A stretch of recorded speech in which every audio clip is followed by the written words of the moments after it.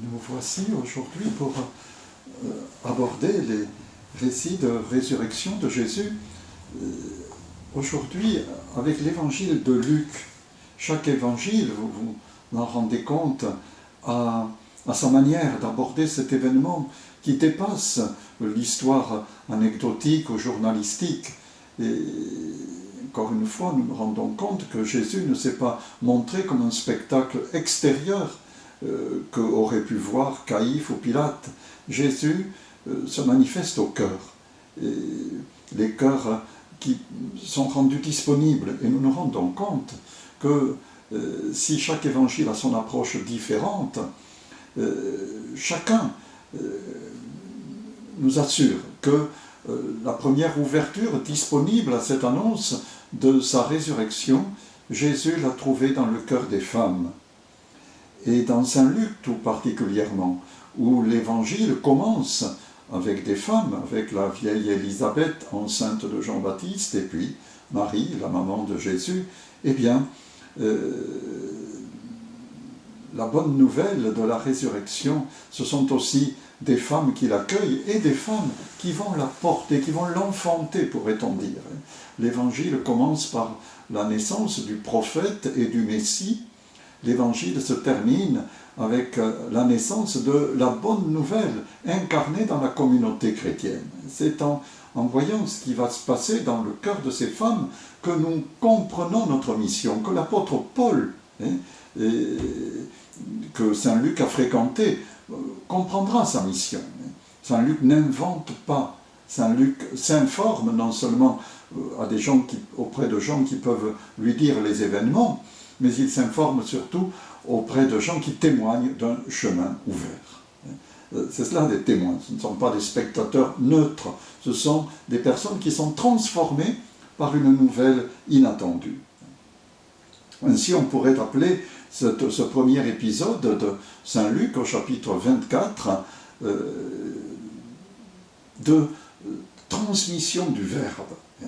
Le Verbe s'est fait chair dans le sein de la Vierge Marie.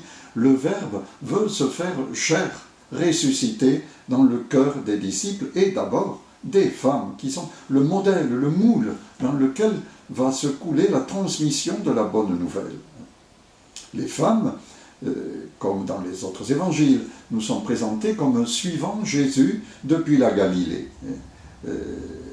Elles l'accompagnent, elles ne font qu'un avec lui. Saint Luc est le seul des évangélistes à nous mentionner la liste des femmes qui composent ce groupe qui accompagne les 12 apôtres avec Jésus. Les femmes suivent Jésus depuis la Galilée et elles ne se sont pas arrêtées en route. Les apôtres masculins sont partis dans la nuit de Gethsémani. Pierre a suivi un petit peu plus, mais son reniement a eu tôt fait de lui montrer qu'il n'irait pas très loin. Les femmes sont allées jusqu'à la croix et elles ont vu la mise au tombeau. Elles regardent, nous dit Saint Luc, comme l'ont fait Marc et Matthieu. Elles regardent, elles vont jusqu'au bout, et puis elles agissent comme elles peuvent. Elles ne font pas grand-chose, bien évidemment, il est bien tard. Elles font ce qu'elles peuvent, elles préparent les parfums, et elles entrent dans le repos du sabbat, le repos de Dieu. Et à la pointe de l'aurore, donc dès que se manifestent les premières étoiles du sabbat, elles vont au tombeau. Dans Saint Marc, elles discutent entre elles, qui nous roulera la pierre. Ici, elles ne disent rien. Je crois que ce silence des femmes traduit bien sûr leur tristesse, mais il exprime également le contraste avec ce qui va se passer. Elles ne disent rien, elles sont sans parole, elles vont recevoir la parole. Elles ne disent rien. Le verbe qui est employé dans le grec de Saint Luc, c'est qu'elles sont comme un aporie. Et aporie, dans les sciences, c'est quand on n'a pas de solution, on n'a pas de réponse. Mot à mot, il n'y a pas de chemin. Elles sont au fond d'une impasse. Je pense à Bernadette à la grotte qui arrive à cet endroit où le canal des Moulins rejoint le Gave. Elle ne peut pas aller plus loin. Elle se trouve devant ce trou noir du rocher. Elle est en aporie. Il n'y a plus de chemin. Il n'y a plus de chemin, mais justement, à Lourdes, ce sera aussi la même expérience de Bernadette. Il y a une lumière. Il y a une lumière. Le mot employé pour exprimer cet éclat de lumière, c'est le même que celui qui est employé pour décrire Jésus transfiguré sur la montagne. Il est un habit éblouissant. Ici, les deux hommes, ils sont deux, qui se trouvent face aux saintes femmes, portent la tenue éblouissante de la transfiguration. Ils sont deux témoins. La parole ne pouvait être crue que s'il y avait deux témoins. Et il s'agit précisément de témoigner, pas simplement d'informer.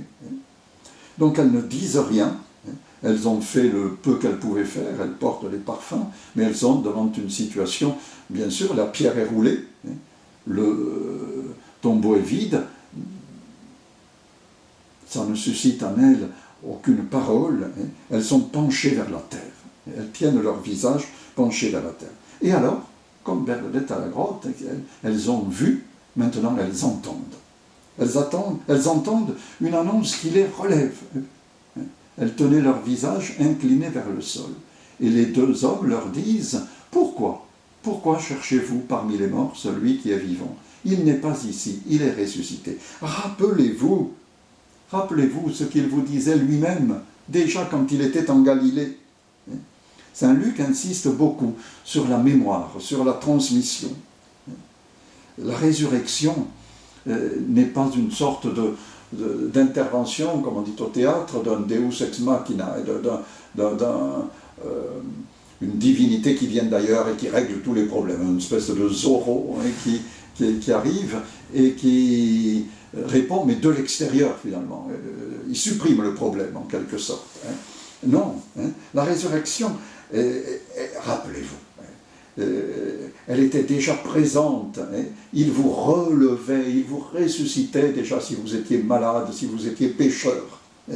Et donc cette résurrection définitive, au 3e jour de Pâques, elle est l'aboutissement, l'accomplissement du ministère de Jésus.